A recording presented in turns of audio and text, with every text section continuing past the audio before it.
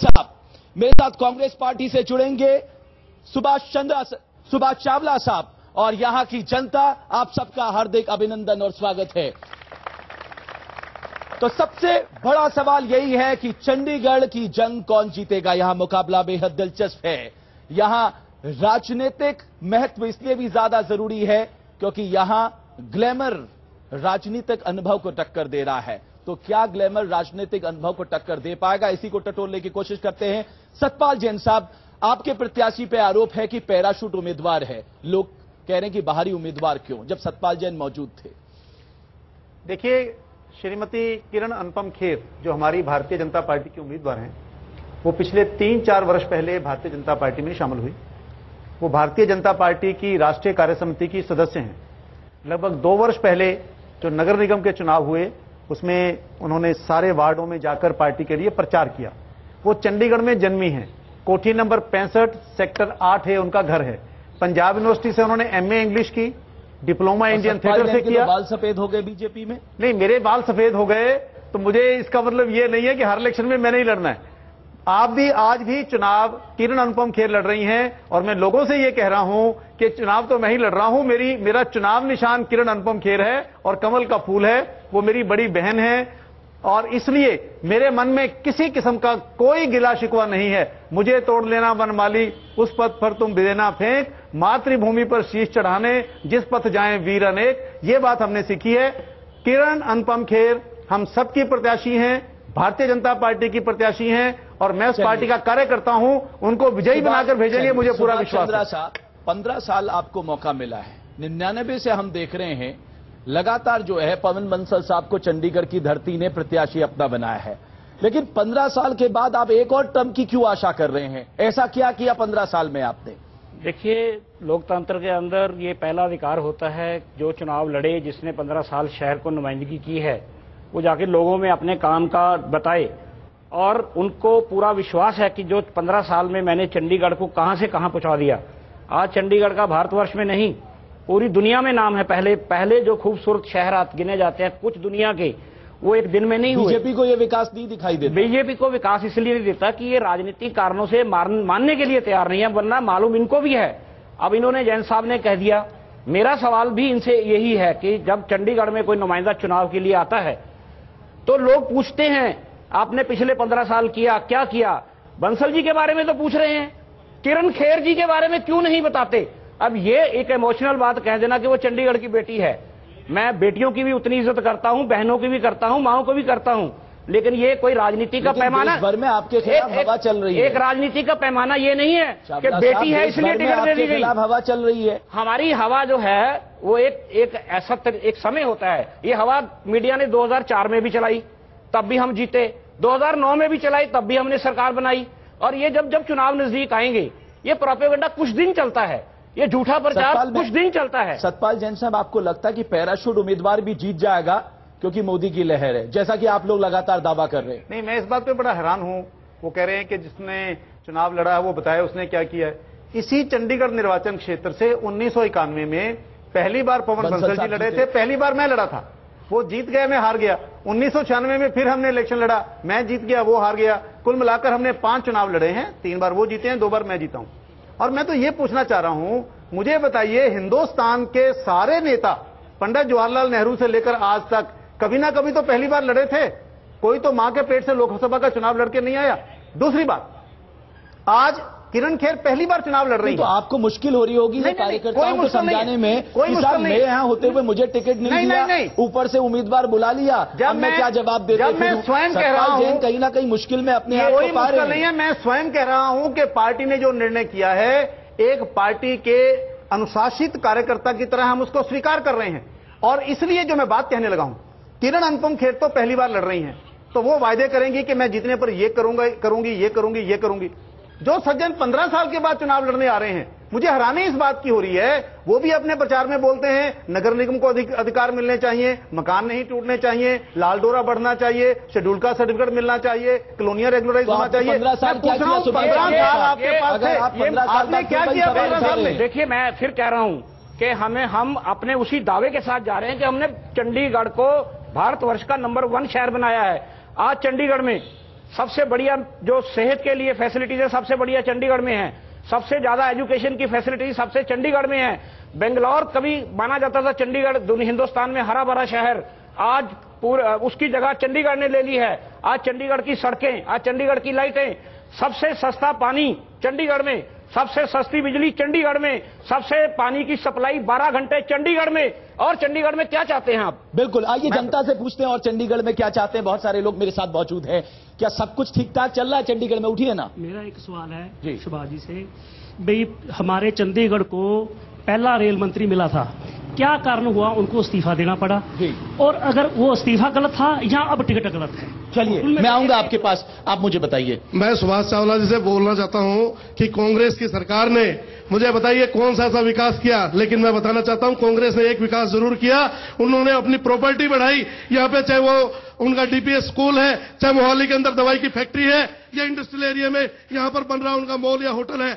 आप बताइए कौन सा 15 साल में ऐसे 15 काम गिनवाइए जो ये साबित करे कि पवन बंसल ने पिछले 15 साल में कोई काम किया है। चलिए आप मुझे बताइए, आप क्या कहना चाह रहे हैं, बताइए ना, बोलिए। कह रहे थे भाई जितने घोटाले बंसल साहब ने किए हैं, चंडीगढ़ का नाम इन्होंने बदनाम किया है, ना कि रोशन किया है। चलिए मैं आऊंगा आपके पास, आप भी कुछ कह रहे हैं, मित्र बताइए ना। मैं दलित समाज से हूँ। मैं सुभाष चावला जी से जानना चाहता हूँ, पिछले 18 साल से दलितों के साथ यहाँ पे अन्याय हो रहा है। यहाँ पे जो शेड्यूल कास्ट सर्टिफिकेट है वो सबसे बड़ा मुद्दा है हमारे दलित समाज के लिए।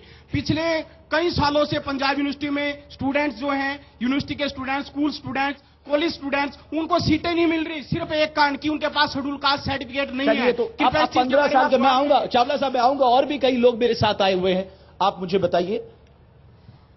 मैं चावला साहब से ये पूछना चाहता हूं, अगर बाहर किसी भी देश में, किसी भी जिला में किसी कॉन्ट्रैक्ट वर्कर को पक्का किया जा रहा है, तो क्या यहाँ पे एक रेल मंत्री होने के कारण, वो जब रेल मंत्री थे तो वहां घोटाला किए, और जब यहाँ पे अब वो एक मंत्री के रूप में आए थे, तो क्या यहाँ के गरीब वर्कर जो कॉन्ट्रैक्ट बेस पे काम कर रहे हैं, क्या उनके लिए पक्का एम्प्लॉइज के लिए वो हक नहीं है? मैम आप बहुत शांत बैठी हैं, महिला शक्ति को शांत नहीं होना चाहिए, उठिए ना। अरे कुछ तो सवाल पूछिए, आपके पास मौका है, उठिए ना मैम, आप उठिए और पूछिए। चलिए वो नहीं पूछना चाहती। चावला साहब, ये आपके 15 साल के कामकाज के जनता के सवाल हैं, मैं चाहता हूं कि आप इनका जवाब दीजिए। देखिए, पहला सवाल तो जो आपने पूछा है, मैं जैन साहब से भी एक पूछना चाहता हूं, मुझे मौका दीजिए। जी।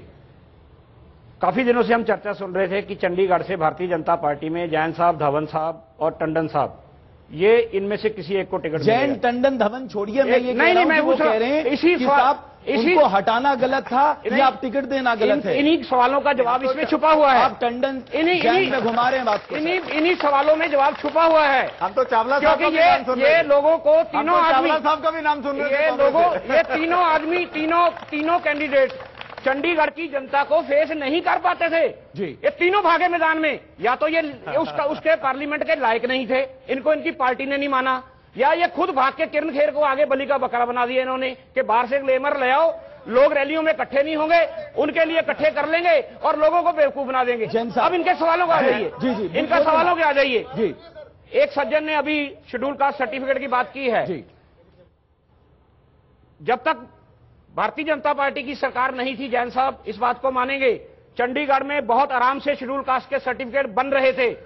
जिस दिन श्रीमान लाल कृष्ण आडवाणी जी देश के गृह मंत्री बने, एक ऐसा वहां कानून पास कर दिया गया, शेड्यूल कास्ट सर्टिफिकेट रोक दिए गए बने। ये जिम्मेवार ये है, ये जिम्मेवार ये है, हम नहीं है जिम्मेवार, ये जिम्मेवार ये है, हम नहीं है। इन्होंने दलितों के साथ धोखा किया है, हम तो कोशिश करके फिर बनवा रहे हैं। ये जैन साहब की पार्टी का धोखा है। मैं आप दोनों से कहता हूं, किसी भी सरकार ने कानून पारित किया हो, अगर वो जनता के हित में नहीं है तो उसको संशोधित किया जा सकता है। तो आपने क्या किया 10 साल में? मिल रहे हैं अब जी। सतपाल जैन साहब, मैं जवाब, ये जिम्मेवारी इनकी थी।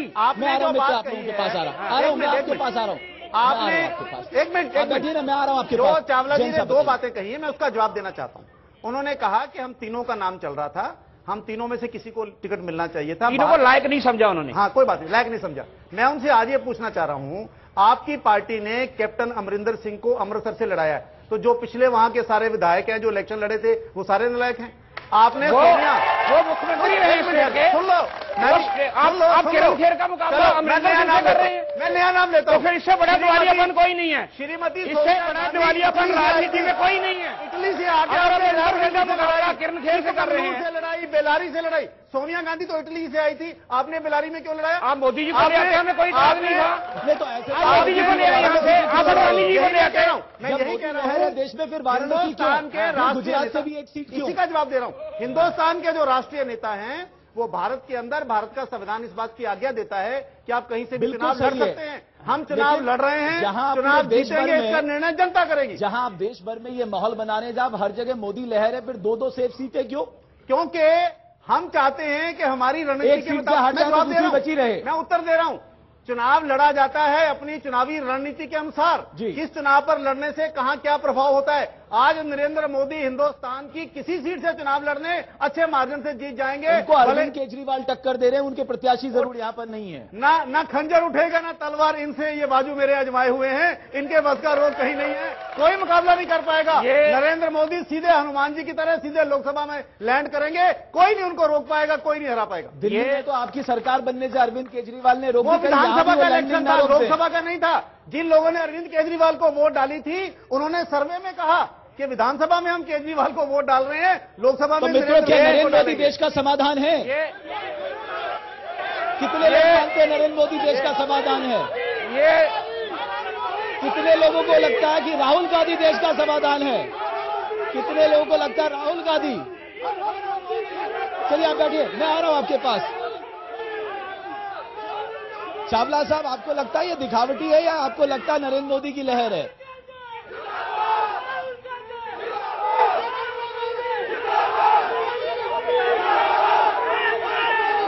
मैं आता हूं मित्र, मैं आपके पास आता हूं। मित्रों, आप शांत हो जाइए, मैं आपके पास आऊंगा। आप रोकिए ना, आप जी चलिए। चावला साहब जवाब दीजिए ना। मैं देखिए, पहले बंसल साहब पे आरोप लगे, उनसे इस्तीफा ले लिया गया, आज उनको टिकट दे दिया गया। एक बात गलत क्या था? तब गलत था, आज गलत है, आज सही है, तब गलत था। मैं उस इस्तीफे को भी गलत मानता हूं, लेकिन उन्होंने लोकतंत्र की मर्यादाओं को जिंदा रखने के लिए अपना इस्तीफा दिया था। किसी का इस्तीफा मांगा नहीं, बीजेपी के दबाव में दे दिया था। बीजेपी का दबाव कोई नहीं था। नहीं चलने देंगे जब तक बंसल का इस्तीफा नहीं होगा। मैं एक सवाल पूछना चाहता हूं, ये अब चंडीगढ़ की जनता से किरण खेर के लिए वोट मांगेंगे या भारतीय जनता पार्टी के लिए मांगेंगे? सतपाल जैन साहब बताइए ना। और अगर वो गलती से जीत गई तो चंडीगढ़ की जनता उनको कहां मिलेगी जाके? मैं दोनों बातों, चंडीगढ़ में कहां है वो? जैन साहब बताइए। वो तो 20 साल से बॉम्बे में रह रही है। वो दोनों बातों का जवाब, वो तो बॉम्बे में रह रही है। हम दो के लिए नहीं, हम देखिए, हम दो के लिए आप बैठिए जरा, मैं जानता हूं आपको कहां से हो गई है। हम दो के लिए नहीं, हम दो के लिए नहीं, हम 3 नाम पर वोट मांग रहे हैं। किरण अनुपम खेर के नाम पर वोट मांग रहे हैं, भारतीय जनता पार्टी के नाम पर वोट मांग रहे हैं, नरेंद्र मोदी के नाम पर वोट मांग रहे हैं। सारी पार्टियों का यही होता है। नंबर 2 साहब, ये कोई नई बात नहीं है। प्रश्न का उत्तर आपने कभी अडवाणी जी के नाम पे वोट मांगी, कभी वाजपेयी जी के नाम पे वोट मांगा, और उनको किनारे करके बिठा रहे हैं। जहां तक आपके त्याग पत्र का प्रश्न है, मैं जवाब दे रहा हूं। आपने कहा अनुपम खेर के नाम पे वोट मांग लो। अनुपम खेर जी के नाम पे वोट मांगो। आपने कहा कि पवन बंसल ने जो त्याग पत्र दिया वो ठीक दिया। मैं आपसे पूछना चाह रहा हूं, जिस आप बहुत कुछ पूछोगे जैन साहब, पिछले 1 साल से यही पूछते आए आप लोग, और जनता लोग आपकी पार्टी आ रही है और आपको लोग नहीं मान रहे। पवन बंसल ने आप 1 साल से नाम दुनिया में बदनाम किया। भ्रष्टाचार का इल्जाम पहली बार किसी एमपी पर लगा, पहले कभी बार नहीं लगा था।